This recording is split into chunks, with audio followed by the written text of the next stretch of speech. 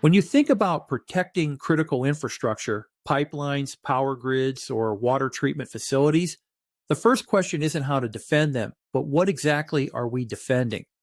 That's the challenge the Cybersecurity and Infrastructure Security Agency, or the CISA, tackled in its August 13th guidance on OT cybersecurity. In today's interconnected world, attackers don't just target IT networks, they're increasingly probing operational technology, the systems that keep our industries running. Yet many owners and operators still struggle with a basic but vital step: building a clear, accurate inventory of their assets. Without that visibility, defenses are built on guesswork.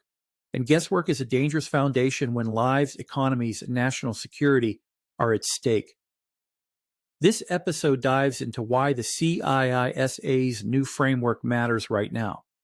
We'll explore how asset inventories are more than spreadsheets. They're the blueprint for resilience. Imagine trying to respond to a cyber incident without knowing which devices are connected, which systems are critical, or which vendors supplied the software. That's like fighting a fire blindfolded. By setting a standard for OT asset taxonomy and inventory management, CISA is giving owners and operators the tools to see clearly, prioritize effectively, and act decisively. And in a world where downtime can ripple across entire supply chains, that clarity isn't just technical, it's strategic. Context and background. Operational technology, or OT, refers to the hardware and software systems that directly monitor and control physical processes, everything from pipeline valves and power grid substations to water treatment sensors and factory automation. Unlike traditional IT networks, which focus on data and business operations, OT environments are tied to the real world. A cyber incident in OT doesn't just mean lost data. It can mean disrupted energy supplies, contaminated water, or halted manufacturing lines. That's why visibility into these systems is so critical. Yet historically, many operators have struggled to maintain accurate inventories of their OT assets. Legacy equipment, vendor diversity, and siloed maintenance practices often leave businesses with blind spots, making it difficult to know what's connected, what's vulnerable, and what's most critical. CISA's August 13th guidance arrives at a pivotal moment. Cyber threats targeting OT have grown more sophisticated, with adversaries exploiting gaps in asset awareness to gain footholds in critical infrastructure. Past incidents have shown that when operators don't have a clear picture of their environment, response times slow and risks multiply. By establishing a standardized approach to asset inventory and taxonomy, CISA is helping owners and operators move from reactive firefighting to proactive resilience. This context sets the stage for why the guidance matters. It's not just about compliance or documentation, but about building the foundation for defending the systems that keep society running.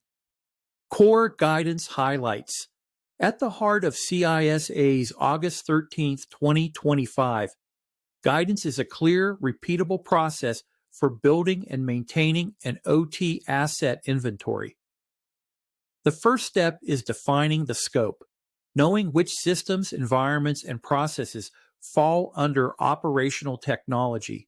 This isn't just about listing equipment, it's about drawing boundaries so operators can focus on what truly matters to their mission.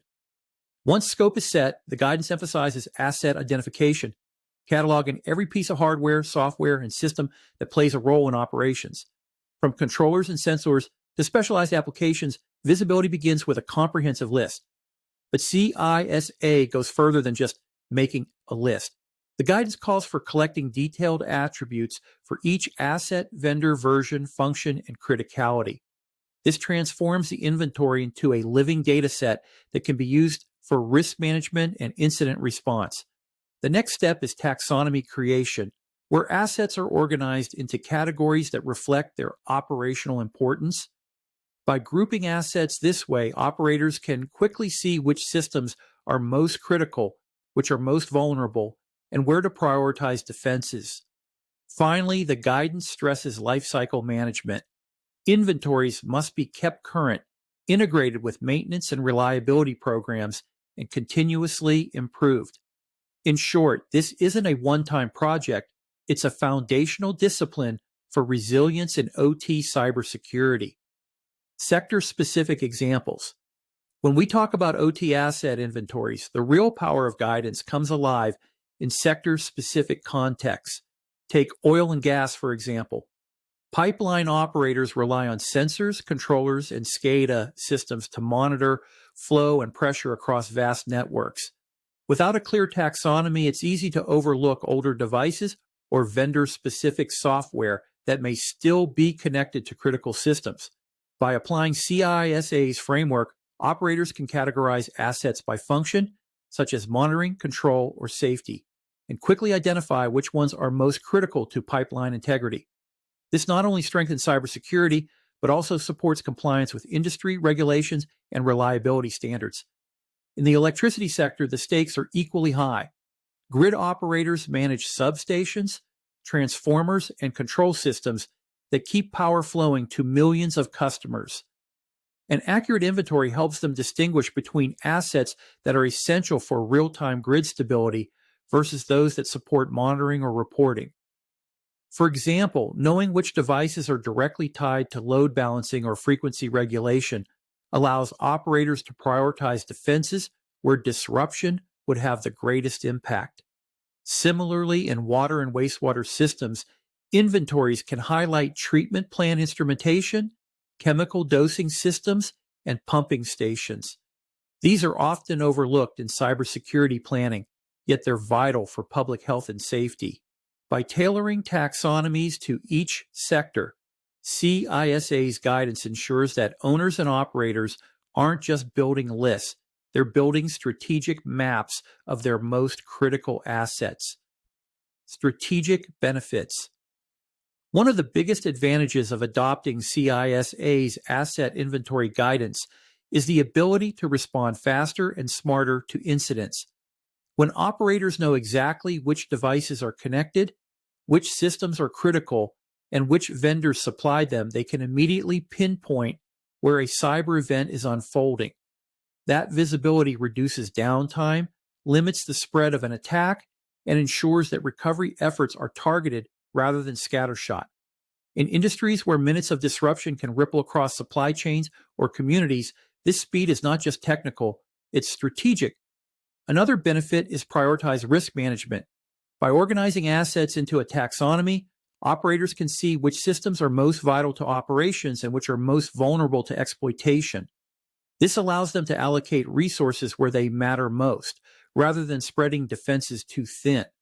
It also strengthens compliance with regulatory frameworks and industry standards, demonstrating to stakeholders and regulators that the business is proactively managing its risks. Beyond compliance, inventories support long-term resilience by integrating cybersecurity into reliability and maintenance programs. Instead of treating asset visibilities as a one-off project, businesses can embed it into their operational culture, aligning cybersecurity with digital transformation and sustainability goals. In short, inventories become more than lists. They become strategic maps for resilience, trust, and continuity. Challenges and realities.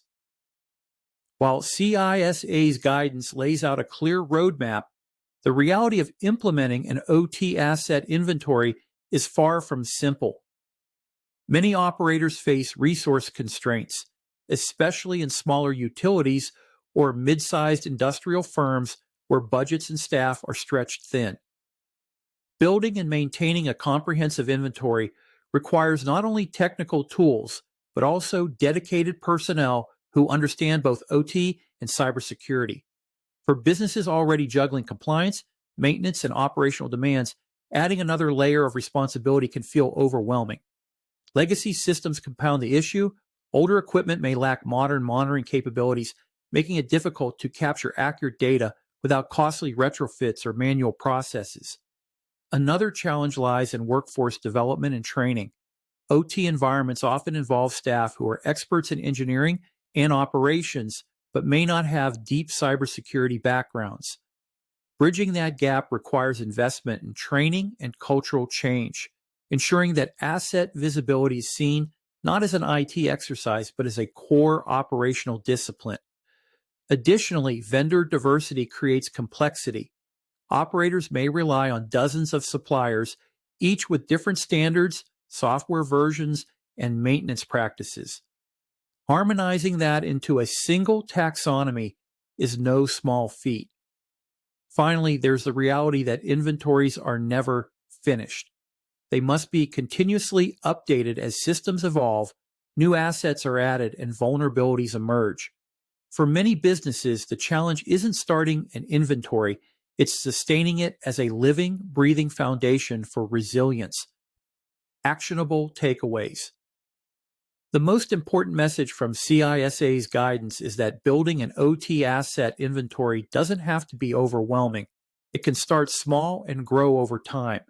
Owners and operators should begin by establishing a baseline inventory of their most critical systems.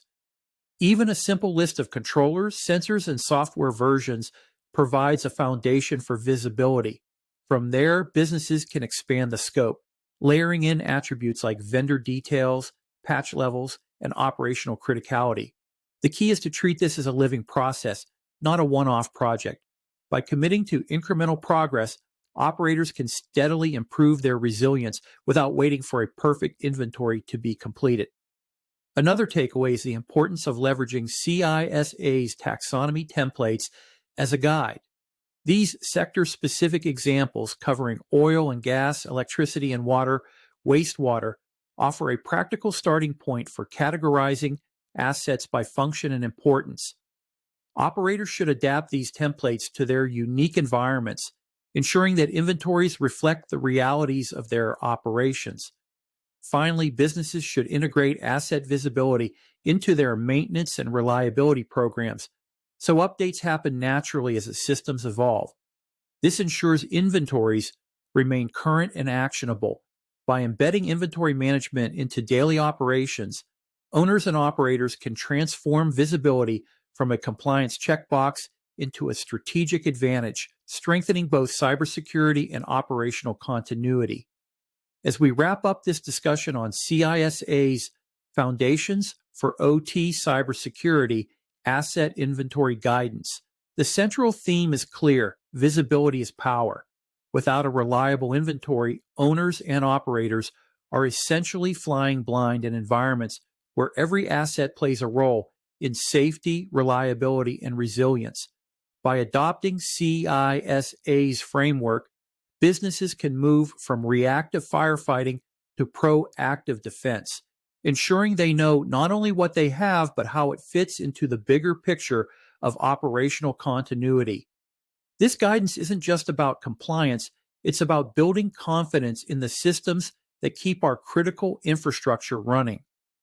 For listeners, the takeaway is straightforward. Start where you are, use the tools and templates provided, and commit to making asset visibility a living discipline. Whether you're in oil and gas, electricity, or water systems, the principles apply across the board. Cyber threats will continue to evolve, but with a strong inventory and taxonomy, operators can respond with clarity and precision.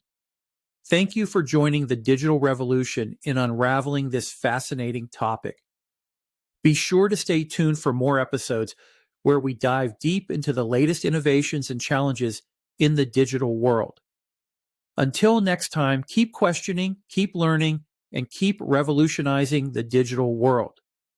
And with that, I appreciate your continued support and engagement with the Digital Revolution podcast. Stay tuned for more insightful episodes where we talk about the latest trends and innovations in intelligent technologies. Until next time, keep exploring the frontiers of intelligent technology. Don't forget to follow this podcast series to stay up to date on the ever-changing world of digital transformation. Thank you for supporting the revolution.